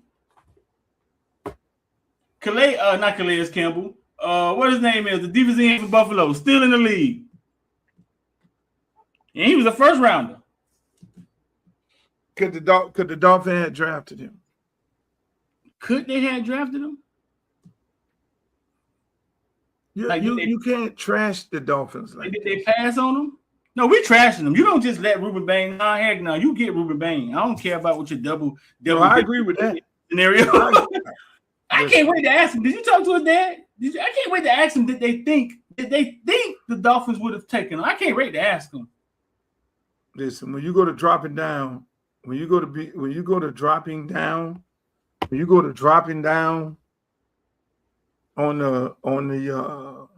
draft day on the charts, and then he's sitting there at the Miami Dolphins, and you sitting there as a family. Oh shit, we finna stay to the crib. Oh my God! And then when the Dolphin pass on you, be like, oh shit, something ain't right. Something going there. It becomes real bad. You've been there before, right? Yeah. Do you know? Do you know if they're going to call your name? Do you have a clue? You don't have no clue. That's why I tell people all the time. These jacked up agents, they don't run nothing at all. They have no clue. They sit up there and these teams run it.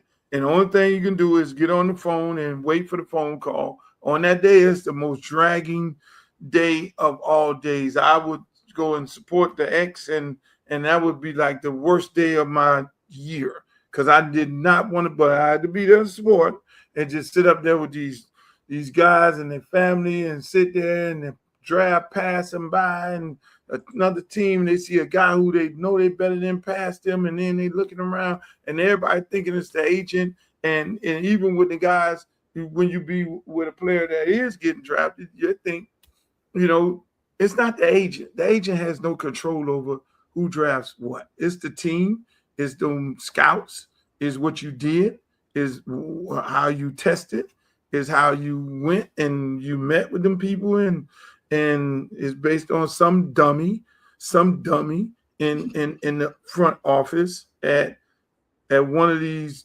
27 teams, because 27 teams got dummies running them, because it's only really about four to six teams that's consistently winning and has a winning formula. Everybody else in the NFL think they know what the fuck they're doing, but they do not have a clue, and that's why they've been losing and haven't won a damn playoff game in 25 and 30 years, and ain't been nowhere near playoff game. You know what I'm saying? So I say that wholeheartedly. There's about 27 teams worth of dummies and dummy ownership and hiring dummy GMs and dummy all that. They ain't never gonna be nowhere near the money. And unfortunately, it is what it is, but people buy into anything. That's what it is. I'm just saying. Just getting it wrong. But you can't be doing that to the Dolphins. It's not a good thing. Dolphins ain't. No, that's not good to talk about the Dolphins in that way. But let me ask you something. No. Let me ask you something. I was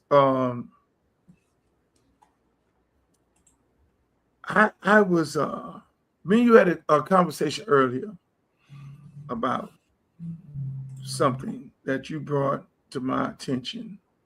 And I said, no, Shrita, wait for the show. You need to wait for the show. Let's talk about it on the show. Mm-hmm.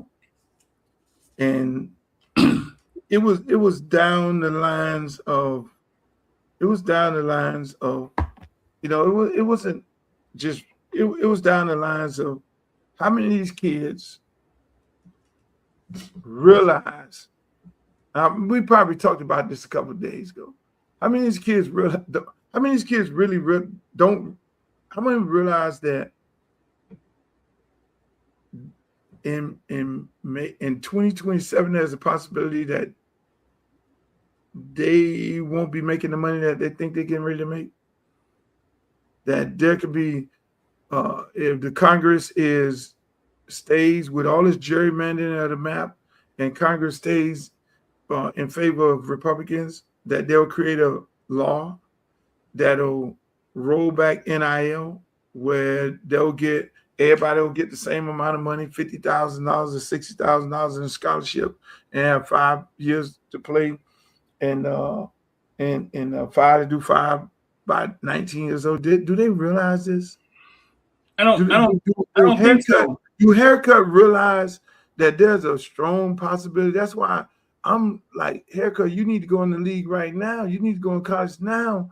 Do they realize that in 2027, Luke don't get in Congress, or if I do get in Congress and all these other municipalities and what they're doing to the map, that there's a strong possibility that Congress create a law that where's the clip them from making this amount of money? Where's the Trump clip? Play it. I told you need to play it every show. You need to play the Trump. I don't have it. I don't. Every show you need to play the Trump clip. No, I don't think nobody thinking about politics. They're not thinking about, hey, they meeting in the White House and they up there talking. No, that's too far from the thought process. Can it happen? Do you think it's possible that it can happen? Do you think it's possible that Trump can get involved? He's already signed an executive order. Okay, explain. But now they gotta create a law, and the law can't be created till Congress goes in. It has to be brought up through Congress, and right now they probably don't have the votes, right? And so there will be a situation in the new Congress that it can be brought up. Say I get in Congress. Let's say I go to Congress, right? I'm in Congress. What's up, Marvin Gaye? Say I go to Congress, right? Yeah. I then write up a bill, and this is why it's important for them to be supporting this campaign. I write up a bill, say, hey, look, here's the bill, how I want it to be presented. Go to each congressman. Hey, look, we need to put this on the agenda for vote, right? Go to the party chair, say Democrats control Congress. There's a possibility that we can get it approved. Say they don't. And now I got to go to every Democratic congressman and woman to then sign off on it and then go across the aisle, because that's why I say I am the guy to work across the aisle, and then go across the aisle and say, hey, look, you guys need to sign off on this. We need to put this in law. I'm pretty sure they will have something to add in there to try and support the Nick Sabans of the world and the conferences of the world and all that. It'll be a serious issue. But if everybody goes and they vote and we flip the House in this midterm, then it will be a lot easier for me to create a bill in support of these athletes versus we don't flip the House. They create a bill and they get it passed because they got the numbers. And that's how serious this election is. It's actively in motion. They're taking the steps to try. Yes, it's in motion. Oh, it's gonna be that this going down the next session. Because the next session, the people who are elected in the next session will be there for 2 years. And then I don't think that's the thought process of any kid out there that's backpedaling right now and taking visits.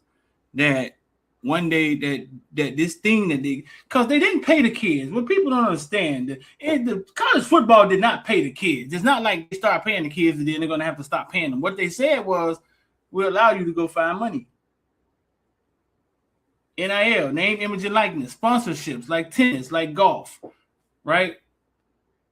So don't think that it's some checks getting printed up at Texas A&M for a kid that's coming from the school. That's not what they did. All they did was loosen the reins a little bit and was like, man, go find money. And then the value of these kids came to the forefront. and everybody was like, "Oh, wait a minute! Like, what is the value of a 5-star quarterback? Like, where would they stop?" The kid from Michigan got $10 million. Let me ask you this here. Let me ask you this. What's up? How many 5-stars is it in the country? 30, supposed to be 32 every year to represent every NFL team. So it's 32 5-stars, right? Another question. Would you assume that all these 5-stars are represented by agents? The 5-stars, yeah, I would say 85% of them, 90% of them. Represented by agents? Let's stay the 5-stars. Okay. If they're represented by a reputable agent who should understand the magnitude as to what's getting ready to happen in 2027. After their 2027 year, there's a strong possibility of them, of Congress creating a law to prevent them from making money. Shouldn't those agents be responsible enough to start lobbying for them? Shouldn't every one of them agents who represent all 32 of them 5-star players be contacting their local congressman or looking at a dude like me and say, shit, we got to get this motherfucking Luke in, because if we don't have a guy like him in here to fight for us, there's a strong possibility we will not be making any money. We will be making $50,000. We will be working for free. This shit will be rolled back. Well, we won't be making the millions that we would. So yeah, all their money is stopped. All their money is stopped because the agents' money has started coming earlier. Exactly. So yeah, I'm saying, listen, man, my phone ain't been called by one agent. My phone ain't been called by one agent, one 5-star, nobody. I don't have no 5-star on my list, my campaign contribution list. Listen. You playing Russian roulette? Hey, listen. If I'm a 5-star right now, I'm looking for Uncle Luke right now. Hey, man, what we could do? Everybody in my family finna get $3,500. Fuck that. If I'm doing that, hey, look, the agent calling the other agent, every agent who represents a player should be on the phone. Hey, man, we gotta get this man in Congress, because if this man don't go to Congress, we get ready to lose our ass now, and we get ready to lose in the future. You see what I'm saying? So I'm saying most of these guys are misrepresented because it's not their job. Their job is to go out there and lift weights and run and go out there to slide, to learn this here, come back home, recover their body. If you got somebody representing you, they need to have their pulse on what the hell is going on in America. They need to have their pulse on, okay, how is this thing going down? They need to not be sitting up there lathering up and washing cars and doing all this wild shit, because at the end of the day, they stand to lose. Yeah, all their money. The agents first start the NIL money wasn't big. They didn't really chase it, but once the money started becoming higher and higher and higher, they all jumped in and was like, "Hey, listen, bro, you make a couple $1,000 off these kids now in college, cause." But Harold Bailey said, Uncle Luke, what's the real reason they want to make a law for NIL? Like, why do they care so much? Give me your theory on that. My theory, you don't have to take it from me. You could just go to TikTok and go to Google and read all the articles as to the argument that Nick Saban, the conferences, the NCAA has been making to the arguments that they've been making, that NIL is out of control. They're paying the players too much money. They shouldn't be getting paid this amount of money. There should be a universal amount of money given to all players. Whether it's $50,000 and everybody should be getting the same amount, and everybody shouldn't be able to be transferring. You should only transfer one time. It's the conference.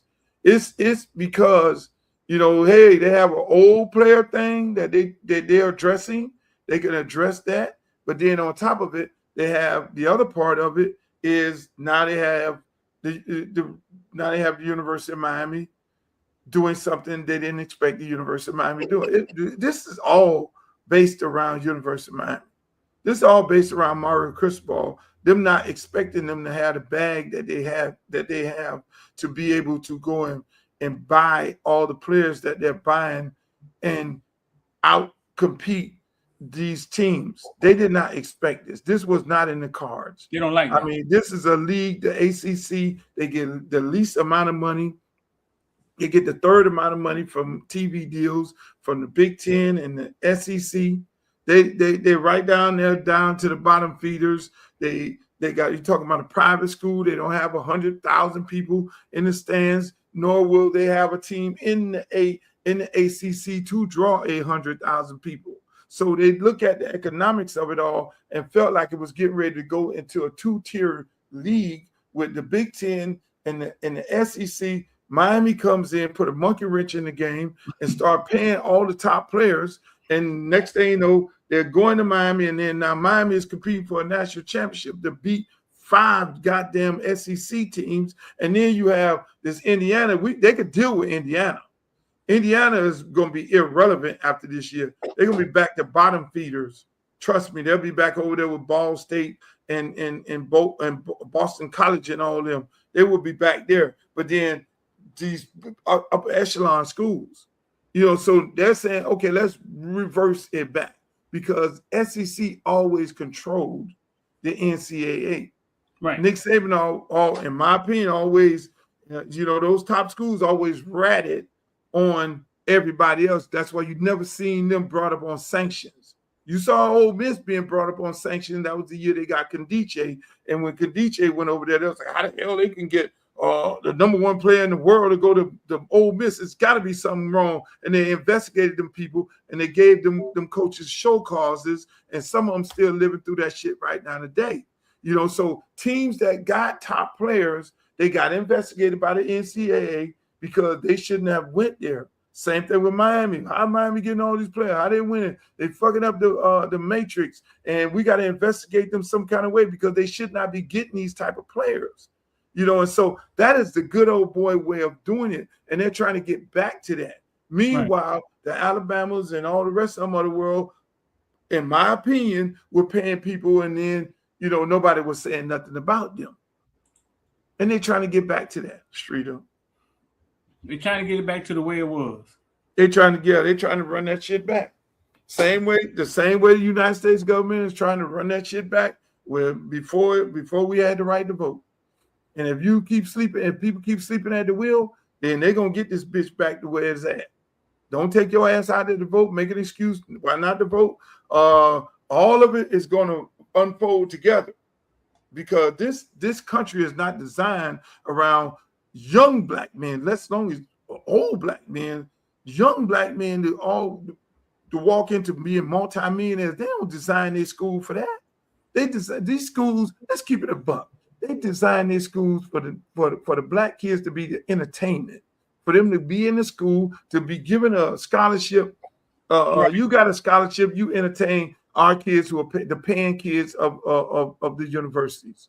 The same thing they got with the American Heritage and the St. Thomas in the world. They use the same model. Y'all, this is a white school. We're bringing these black kids in here to entertain our white student population, and that's what it is. And the same thing go to the college. You at Tennessee, all white people screaming and hollering for their black players, and y'all are there to entertain them. And that's what it is. And possibly have some white quarterback that all the girls, somebody on there, which is DEI. You should have heard my argument about DEI earlier, but I can't go back into it because I got to get off here. Entertainment.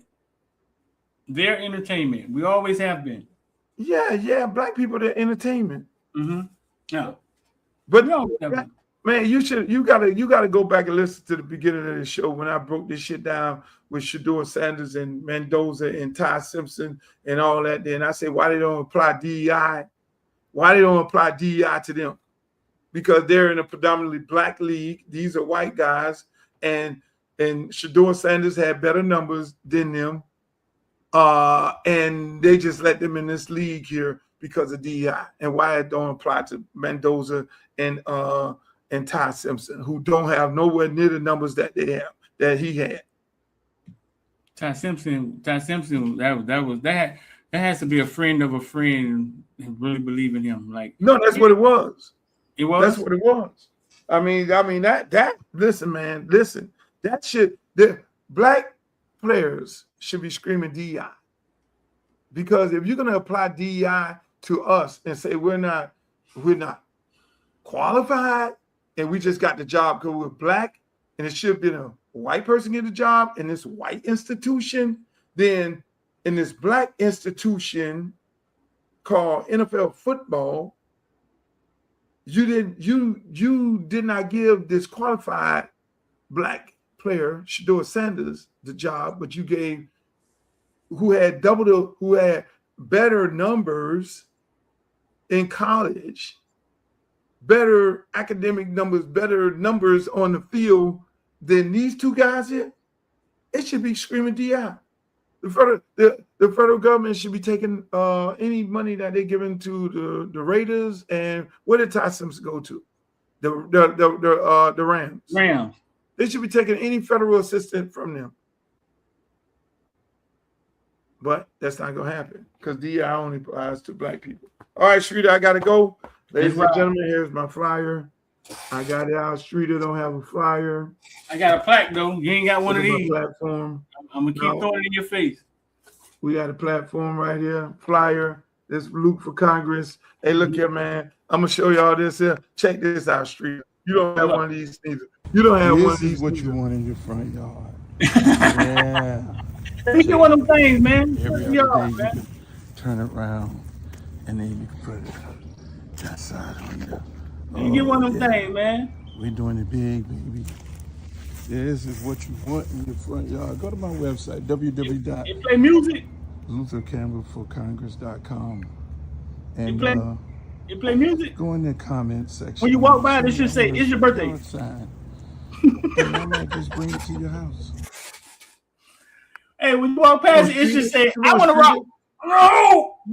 Hey, if you walk past it should say, no! You need that. You need that in your front yard. You need that in your front yard. Hey, look here, man. I'm going to people's front yard. I'm going to people's house. And I'm giving away. I got a list of people that went to my website who live in the district that went to my website, and I'm going to go take this.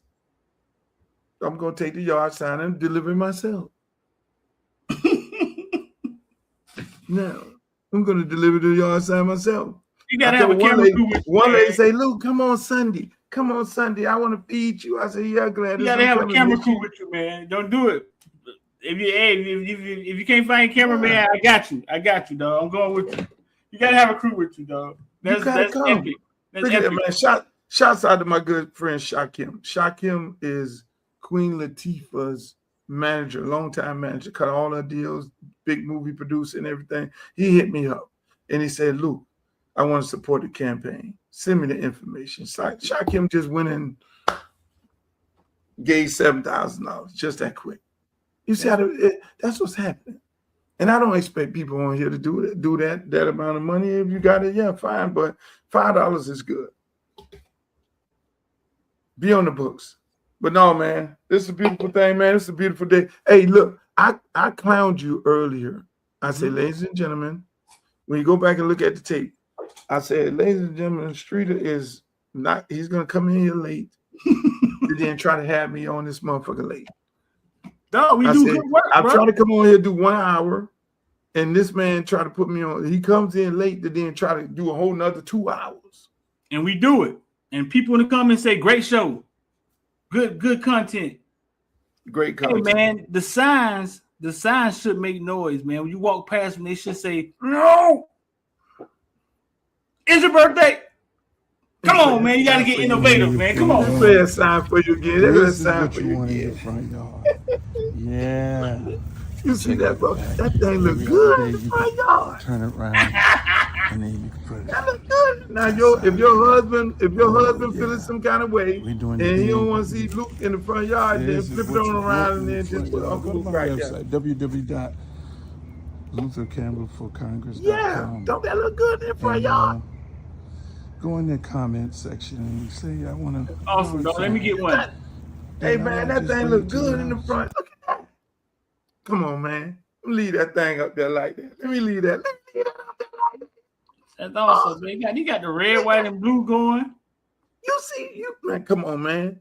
We serious. You see, on folded. We serious about this thing, Streeter. Proud of you, man. You're a long way from being in the USA, bro. long way. Proud of you. Full circle. It's full circle. I was banned in the USA. Now I'm going to Congress to ban some of their ass. We're a long way from banning USA, man. You done went full circle, man. I'm proud of you. Circle. You see, look at the man. Look at that sign, man. You can't get no better than that, man. Can I blow it up, man? You can't get no better than that, Streeter. Come on, man. Come on, man. Y'all, hey, look at man. Go to my website, www.LutheCampbell4Congress. You see it strolling on the bottom. Hey, look, it was a great show. I appreciate it, Streeter. Make sure y'all go check my man Streeter out. On his podcast, Street, you be on there with you and X. Man, I love that show, man. I love when y'all be on. Me and X talk about Kane stuff, man. We get on there and talk about some stuff. Sometimes Hayes be on there. Yeah, man. I love that show. Go check out my archives, man. I interviewed Cam Kitchen, Shamar Stewart when they was kids, man. Go YouTube and type in Footballville, Jeremiah Smith. I'm the only person sat down with Jeremiah Smith when he was a kid and was able to have a 45-minute conversation with him.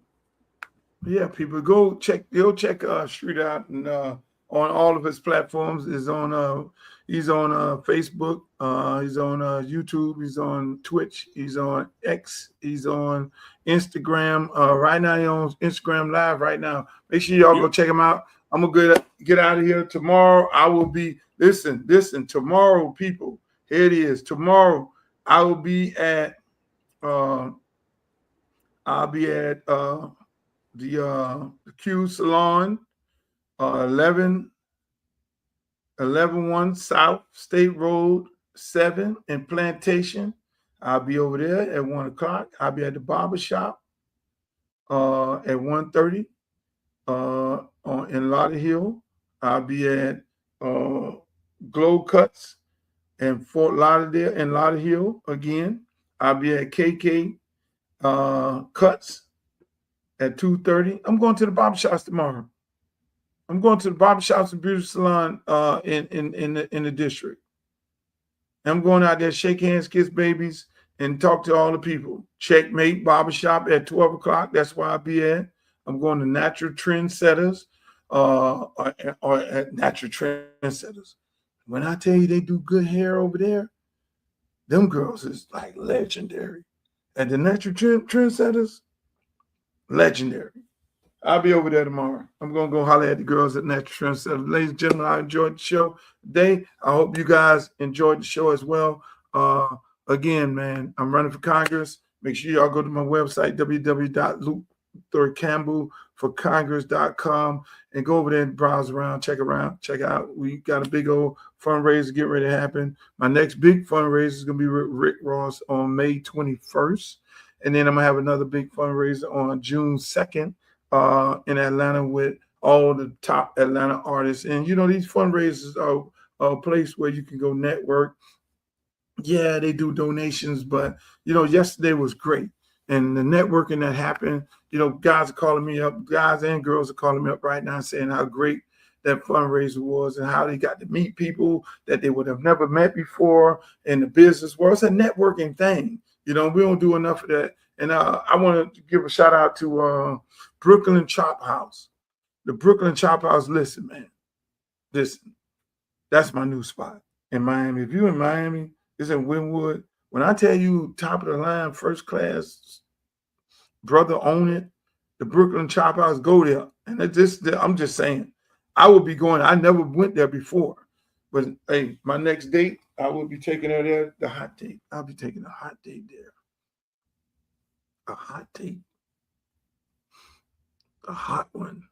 This is 5-star. This is not Red Lobster. This is 5-star date. The food, oh man, the chicken on the stick with the sauce. Oh my God. The crab and rice, thick crab on top of the rice. I'm just saying. But here, before I go, I want y'all to check out the event yesterday. This is how it went on. He has said it so many times. What he's Why is that still up? Why is the yard sign to hijack the whole show? There we What go. she did, and guess what? He's gonna do it. So put your money on Luke. His story is so inspiring. He is going to make a difference, and not just for us, for all. What I love about Luke is he loves the people. And if you see everything that everybody said today about how much he's done in the community, especially from the queen right here, we talking about the kids, the education, because that's where it starts. After they grow, they become a Luke. You know, I love it. I'm in a win-win situation, you know, because if I inspire any person in this room to do what I'm doing, then we won.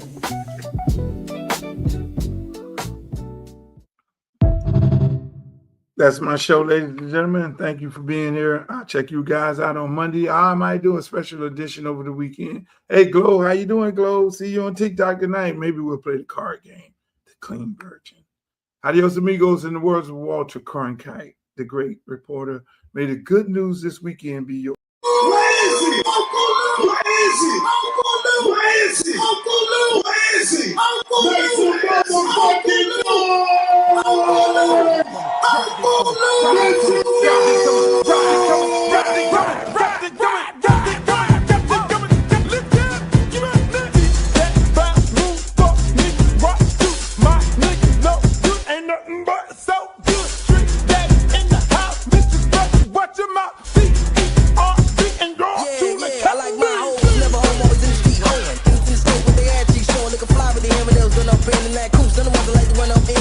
like big booty hoes, cute faces. Let nigga hit it on the first day basis. Niggas fake, bitch, kick game straight. X nose down with the dominate face.